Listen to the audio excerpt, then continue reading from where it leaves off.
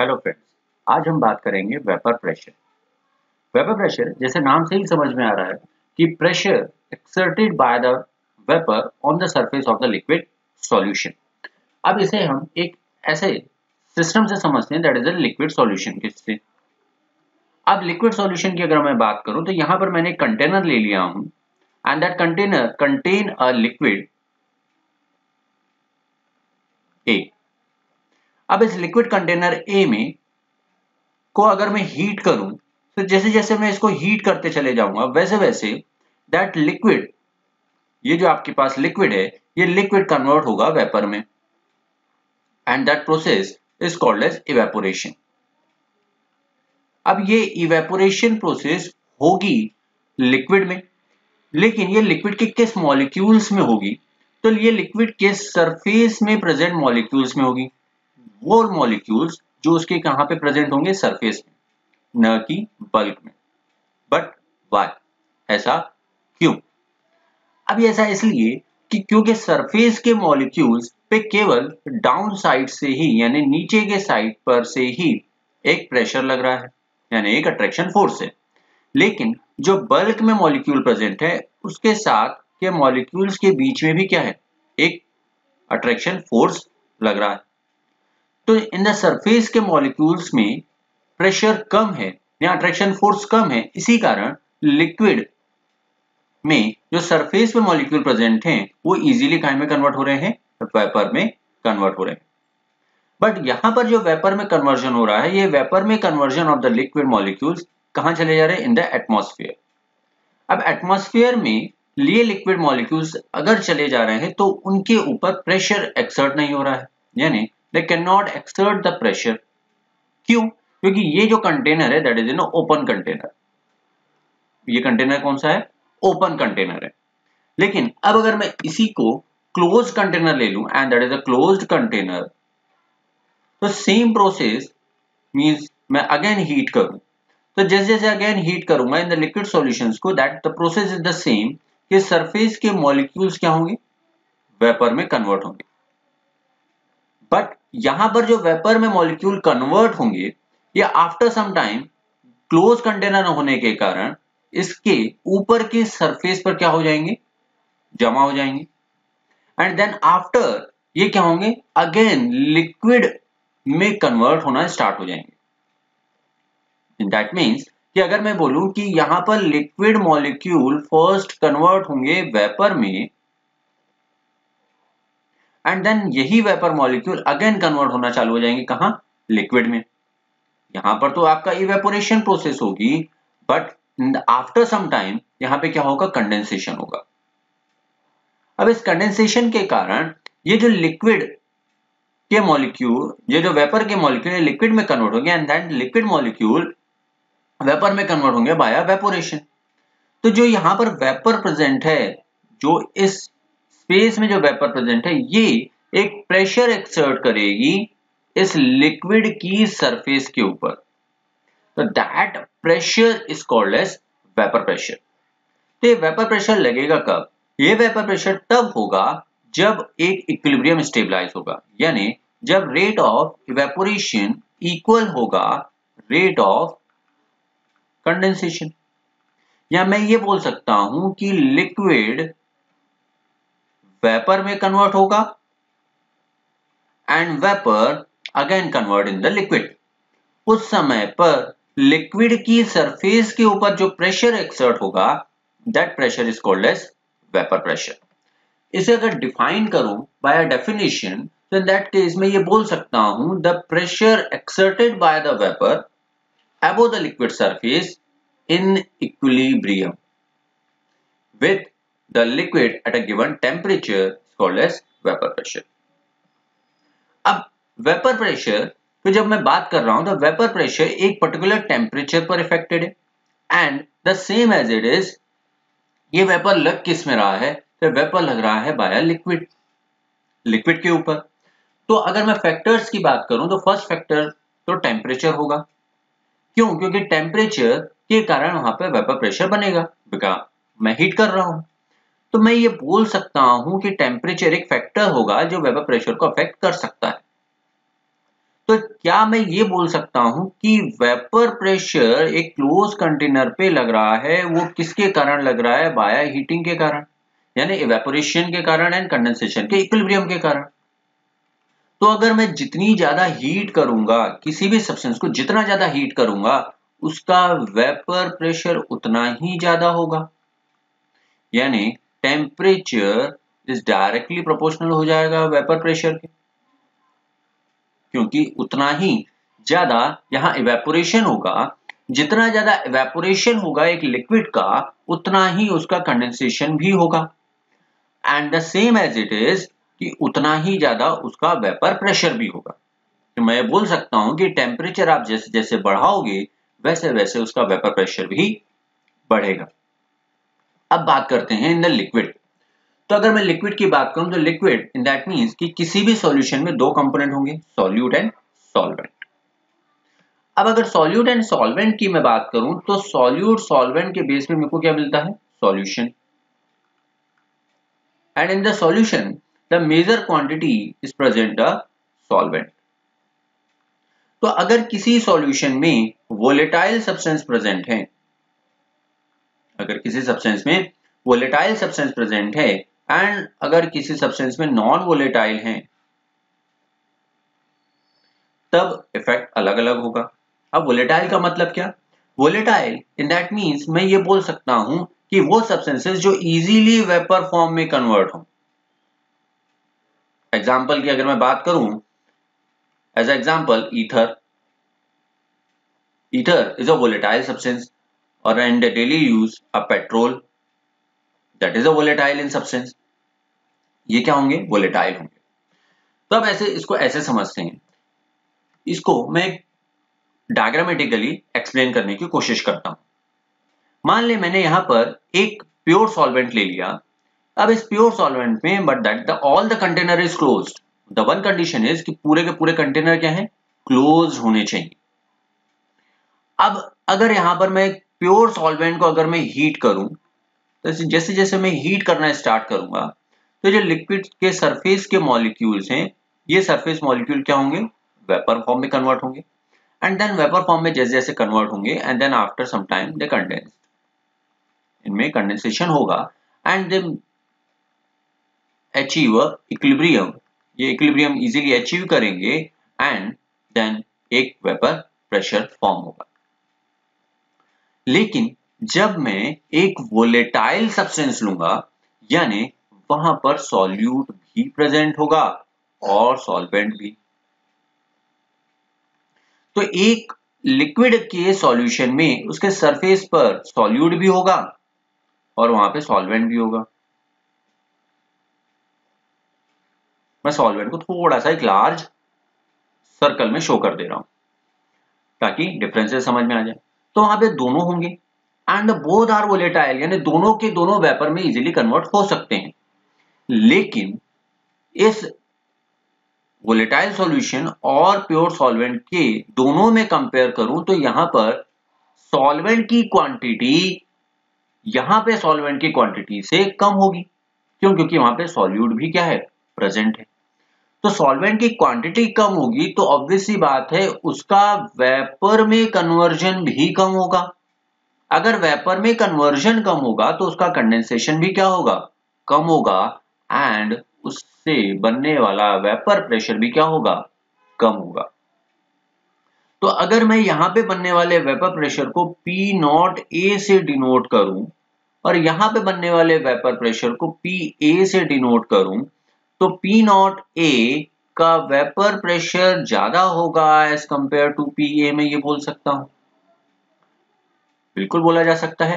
क्यों? क्योंकि यहां पे बनने वाला वेपर प्रेशर कम होगा क्योंकि सॉल्वेंट की क्वांटिटी कम हो गई, क्योंकि एक सॉल्यूशन हो गया तो सॉल्यूट भी क्या होगा? वेपर में कन्वर्ट होगा। अब इसी को मैं ले लेता हूं नॉन वोलेटाइल सॉल्यूशन, यानी एक एग्जांपल ले लेते हैं जैसे NaCl प्लस वाटर। तो यहां पे अगर NaCl एंड वाटर का मैं एग्जांपल लूं, एंथ्रासीन एंड ईथर का एग्जांपल लें, तो यहां पे क्या होगा? Same solute substance and the one is solvent, solute solvent, इसी तरीके का होगा। अब जैसे जैसे वेपर में कन्वर्जन होगा, तो अब यहां तो मुझे सॉल्यूट क्या है? नॉन वोलेटाइल है, तो ये तो वेपर में कन्वर्ट होगा नहीं। ये अगर वेपर में कन्वर्ट नहीं होगा तो ओनली सॉल्वेंट मॉलिक्यूल क्या होंगे, वेपर में कन्वर्जन होगा। अब केवल सॉल्वेंट मॉलिक्यूल वेपर में कन्वर्ट होंगे तो केवल सॉल्वेंट मॉलिक्यूल के थ्रू ही क्या होगा, कंडेंसेशन होगा, एंड उसी का क्या होगा, यहाँ पे वेपर प्रेशर होगा। तो ये वेपर प्रेशर क्या वोलेटाइल सॉल्यूशन नॉन वोलेटाइल में अगर मैं कंपेयर करूं तो फिर इफेक्ट क्या होगा, किसका कम होगा। अब यहाँ पे एक बार फिर से बात करते हैं। यहाँ पर वोलेटाइल एंड सॉल्यूट दोनों का वेपर प्रेशर लग रहा है, यहाँ पे दोनों का वेपर प्रेशर है, बट यहाँ पे किसका है, केवल और केवल सॉल्वेंट मॉलिक्यूल का। यहाँ पे केवल सॉल्वेंट मॉलिक्यूल का ही वेपर प्रेशर है। तो जो वेपर प्रेशर लग रहा है वो vapour pressure non volatile solution का थोड़ा सा क्या हो जाएगा, कम हो जाएगा।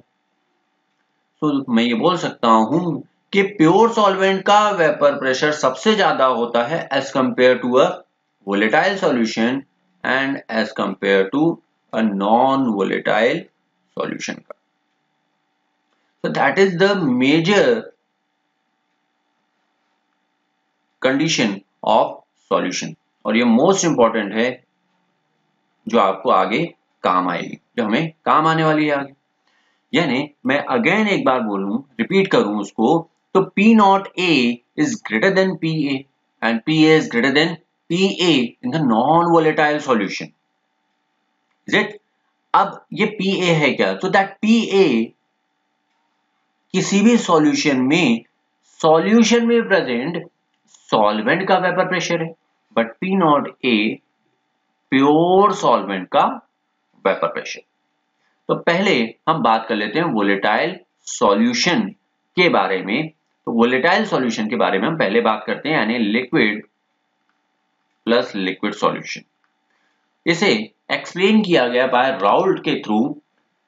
राउल्ट ने एक लॉ दिया, राउल्ट ने ये बोला कि एक अगर आपके पास वोलेटाइल सॉल्यूशन है, उस वोलेटाइल सॉल्यूशन में जो पार्शियल प्रेशर होगा वो each component of the solution की क्या होगा, डायरेक्टली प्रोपोर्शनल होगा उसके मोल फ्रैक्शन के। जैसे सिंपल कि आपके पास एक वोलेटाइल, अगर आपके पास सॉल्यूशन है, उस वोलेटाइल सॉल्यूशन में दो कंपोनेंट होंगे, ए भी होगा और बी भी होगा, और दोनों वोलेटाइल है, यानी दोनों का क्या हो रहा है, वेपर प्रेशर बन रहा है। तो अगर मैं मान लें, मैं ये बोलूं कि A component is a solvent component and the B is a solute component, यानी PA इज डायरेक्टली प्रोपोर्शनल होगा किसके, chi A, and similar PB is directly proportional होगा chi B, because of the each component of the solution. Each component यानी PA is direct proportional to XA and PB is direct proportional to XB। अब proportionality का अगर मैं mark हटाऊं तो PA is equal to हो जाएगा P not A chi A and similar PB is equal to P not B XB।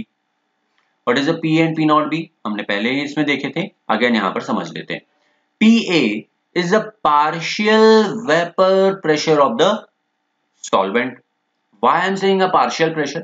Because of यहाँ पर पूरे solution का वेपर प्रेशर है, तो उस पूरे सॉल्यूशन के वेपर प्रेशर में केवल मैं बात कर रहा हूं किसके, सॉल्वेंट के वेपर प्रेशर में, किसमें, सॉल्यूशन के। So that is the called as, यानी PA is called as partial vapour pressure of solvent, and the similar PB is a partial vapor pressure of solute. Now in the P naught A is the vapor pressure of solvent and the PB is the vapor pressure of solute. Now so that is the PA is equal to P naught A XA is the first in equation and the PB P naught B equation the second. अब यहां पर मैं एक law लगा दे रहा हूं जो हमने 11th में पढ़े थे, that is the Dalton law. Dalton law क्या बोलता है, डाल्टन लॉ ये बोलता है कि the sum of the pressure यानी total pressure is always equal to the sum of individual pressure of the component, यानी टोटल प्रेशर हमेशा इक्वल होगा उनके इंडिविजुअल वेपर प्रेशर यानी प्रेशर के। तो PT इज इक्वल टू हो जाएगा PA प्लस PB। तो PA की मैं वैल्यू रख दे रहा हूं यहां पर, that is P not A plus XA, sorry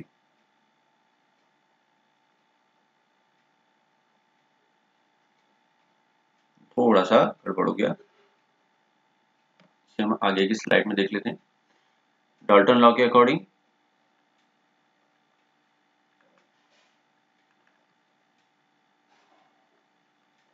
PT is equal to PA plus PB is equal to P not A XA plus P not B XB ना। अब हम एक चीज जानते हैं, we know that XA plus XB is equal to 1, XA plus XB is equal to 1 होता है। तो अगर मैं इसमें बात करूं XA is equal to 1 minus XB, XA लिख दूं तो 1 माइनस XB हो गया, that is equation 4 and that is equation 3।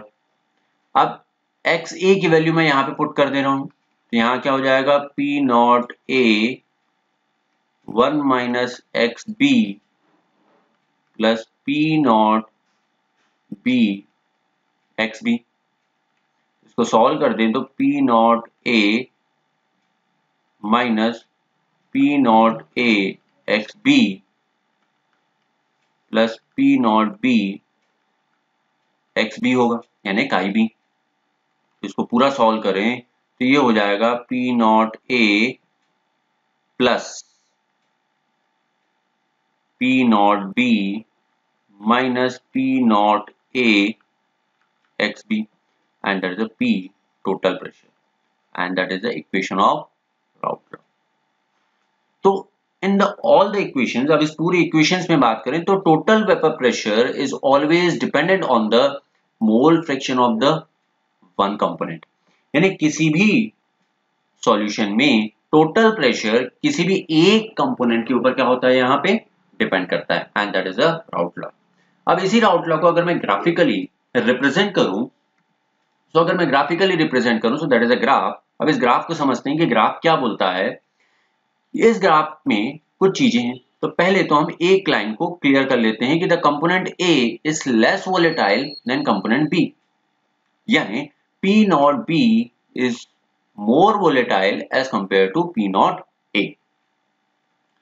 According to Raoult law PA is equal to P not A XA होता है and the similar P naught B, sorry PB is equal to P naught B XB होता है, ठीक। so that is the PA is equal to P naught A XA and the PB is equal to P naught B XB।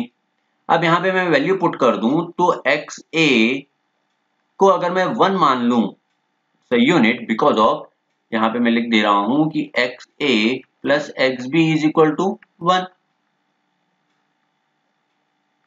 तो XA को अगर मैं 1 मान लूं तो यहाँ पे क्या हो जाएगा PA इज इक्वल टू क्या हो जाएगा P not A and the similar कि अगर मैं XB इज इक्वल टू 1 मान लूं तो यहाँ पे क्या हो जाएगा PB is equal to P not B।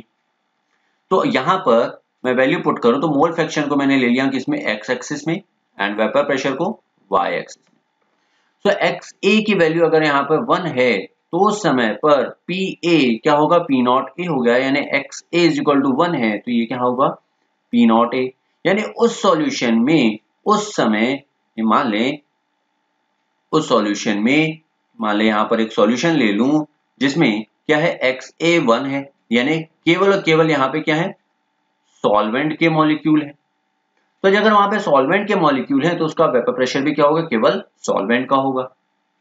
तो x इज इक्वल टू 1 है तो यहाँ पर होगा। अब जैसे जैसे मैं यहाँ पर XA की वैल्यूज को कम करता चला जाऊंगा, यानी XA